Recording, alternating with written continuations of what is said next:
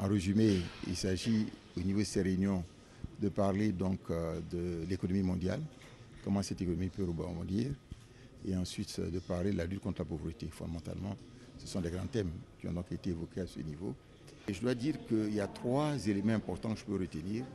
D'abord, la rencontre avec le groupe Ecobank, avec Thierry Tano, qui vont faire des actions importantes sur la Côte d'Ivoire, notamment la construction d'un immeuble au niveau donc de la place de la République, de R+8.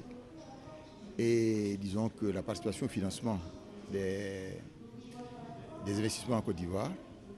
Nous avons rencontré aussi le président de Afreximbank qui nous a indiqué qu'ils ont dégagé une ligne de 500 millions de dollars, c'est-à-dire 250 milliards de francs CFA, pour aider les entreprises ivoiriennes donc, à repartir, notamment celles qui sont orientées vers l'exportation.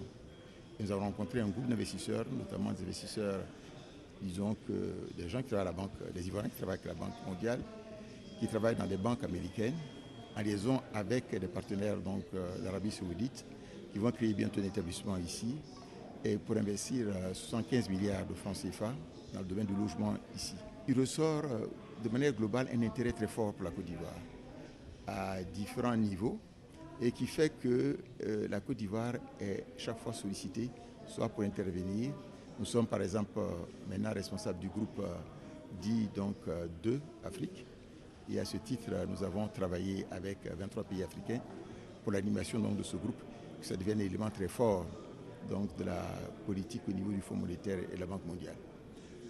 Donc un intérêt très fort pour la Côte d'Ivoire, des financements qui vont venir sur le pays. Et je pense que ce qu'on peut vraiment souligner, c'est l'aura qu'a le président de la République, son Excellence Alassane Ouattara, dans tous ces milieux qu'il a déjà fréquentés et qui fait que beaucoup de portes s'ouvrent